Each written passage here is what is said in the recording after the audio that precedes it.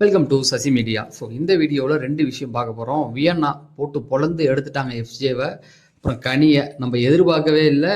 நம்ம ஒவ்வொருத்தவங்களும் இப்படின்னு நினச்சிருந்தோம். வியன்னா இந்த வாரம் வெளியில் வந்தது நமக்கு தான் கொண்டாட்டம். கேமில் நிறைய சுவாரஸ்யங்கள்.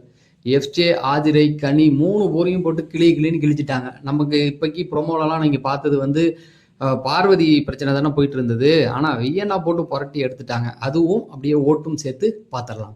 நீங்கள் இன்னும் நம்ம சேனலை சப்ஸ்கிரைப் பண்ணால் சப்ஸ்கிரைப் பண்ணிடுங்க.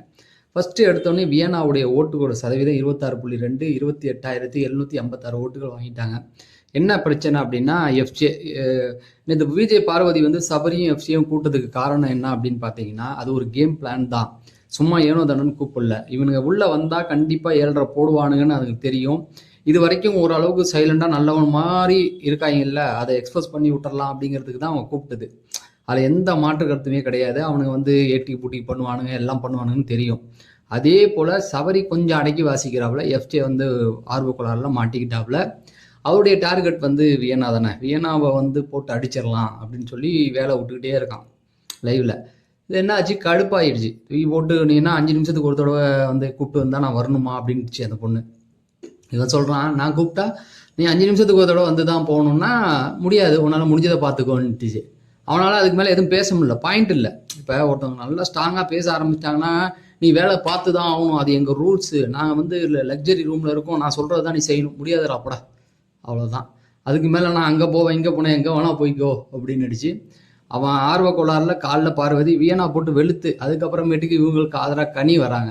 கனி சொல்கிறாங்க, அதாவது ஒரு டாஸ்க்குன்னு சொன்னால் நம்ம செய்யணும், அதெல்லாம் பண்ணணும் அப்படின்னு அவங்க ஏதோ பேச, இது அப்படியாங்க, சரிங்க, அப்படியானாலும் அவங்க பக்கத்தில் அவங்க கேப்டன், அவங்களுக்கு கொஞ்சம் மரியாதை கொடு அப்படின்னோன்னே இவங்க அப்படியே போனதுக்கப்புறம் ஒரு மாதிரி ஒரு மூமெண்ட் ஒன்று போட்டு காமிச்சாங்க. பயங்கரமாக இருந்தது. ஐ திங்க் இது லைவில் எபிசோடில் வந்ததுன்னா வேற லெவல் சீனாக இருக்கும். ஸோ இன்னைக்கு முதல் நாளே அடிச்சு விட்டாங்க. இனிமேல் எஃப்ஜே தொடர்ந்து 3 நாளாக அவங்க கிட்ட வம்புக்கு போயிட்டு இருந்தான். இன்னைக்கு செஞ்ச செய்கையில் முடிஞ்சு போச்சு. வெளியில் ஃபயரை விட்டுக்கிட்டு இருக்காங்க. ஐ திங்க் 3வது இப்போ திவாகர், இந்த பக்கம் சபரி 3வது இடத்துல இவங்க வரத்துக்கு வாய்ப்புகள் நிறையா இருக்குது. சொல்ல முடியாது 2வது இடத்துக்கு கூட வியன்னா வருவாங்க.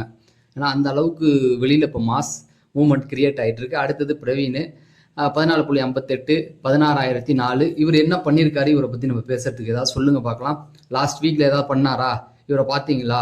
இல்லை, அந்த எலியா இருந்தார், அந்த எலிக்கு போதும்னு நினைக்கிறேன், பேர் சொன்னால் போதும். வேற ஏதாவது பண்ணாரா? இல்லை.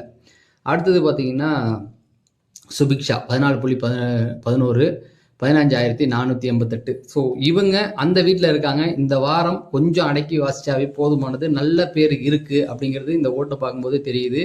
ஆனால் அதை கெடுத்துக்காமல் இருக்கிறது நல்லது. கேம் அவனுங்க கூட சேர்ந்துக்கிட்டு, எஃப்ஜே சபரி கூட சேர்ந்துட்டு ஏதாவது ஒன்று பண்ணிட்டாங்கன்னா மொத்தமும் முடிஞ்சு போயிடும். ஸோ நல்ல பேரை காப்பாற்றிக்கணும் அப்படிங்கிறது தான்.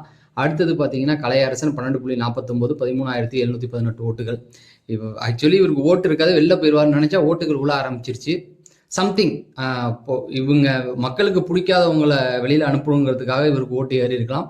பட் அதை புரிஞ்சுக்கிட்டு விளாண்டா போதும். துஷார் 11.8, 12,960 ஓட்டுகள் வாங்கியிருக்காரு. இவரும் ஒரு சேஃபான இடத்துல இருக்காரு. என்ன பார்வதி கிட்ட ரிவெஞ்ச் எடுக்கலாம் அப்படின்னு மைண்ட் வாய்ஸில் பேசிக்கிட்டு இருக்கான். ஆனால் இவன் எல்லாமே அரோராக்கு ஆதரவாக பண்ணிகிட்டு இருக்கான். நல்லாவே தெரிஞ்சு போச்சு.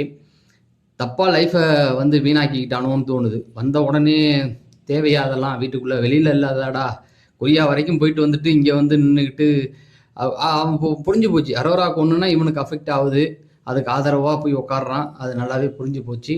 அந்த பொண்ணு ரொம்ப தெளிவு. முடிஞ்ச உடனே போயிட்டு வா, பாய்ன்றோம், அவ்வளோதான். அதுக்கப்புறமேட்டுக்கு ரம்யா 7.82, 8,585. நல்ல சேஃபான இடத்துல இருந்தவங்க ரொம்ப டவுன் ஆகி கீழே வந்துக்கிட்டே இருக்காங்க. ஸோ இவங்களுடைய ஓட்டுகள் ரொம்ப கம்மி. இது அடுத்தது அரோரா பார்த்தீங்கன்னா 6.69%, 7,342 ஓட்டுகள் வாங்கி கடைசிக்கு முன்ன இடத்துல இருக்காங்க. ஸோ இவங்க டேஞ்சர் அப்படிங்கிறது தான் எனக்கும் தோணுது.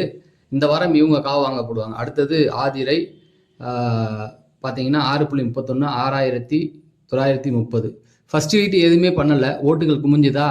விமர்சனங்கள் வந்தது பிஆர் உருட்டுன்னு அப்படியே நிறுத்திக்கிட்டாங்க. இதை எப்படி காப்பாற்றுவாங்கன்னா, இவங்களை கொஞ்சம் அப்படியே மேலே ஏற்றுவாங்க பாருங்களேன். இந்த வீக்கெண்டு வரும்போது இவங்களோட அப்படியே ஒரு 3 இடம் 4 இடம் மேலே ஏற்றி விடுவாங்க. அதுதான் பிஆர்களுடைய திறமையான வேலை அமைப்பு. அது எங்களுக்கும் தெரியும். அதாவது இவங்க போகாத அளவுக்கு இவங்க ஒரு 2 இடத்துக்கு 3 இடத்துக்கு அப்படியே கொஞ்சம் ஓட்டுகளை அள்ளி தெளித்து அவங்க எப்படின்னா அந்த கலையரசனுக்கு முன்னாடி கொஞ்சம் கொண்டு போய் நிறுத்துவாங்க. ஆனால் அதுக்கு வீட்டுக்குள்ளே என்ன பண்ணணும், அதான் வியன்னா வச்சு 2 பேருமே பொழந்தாங்க.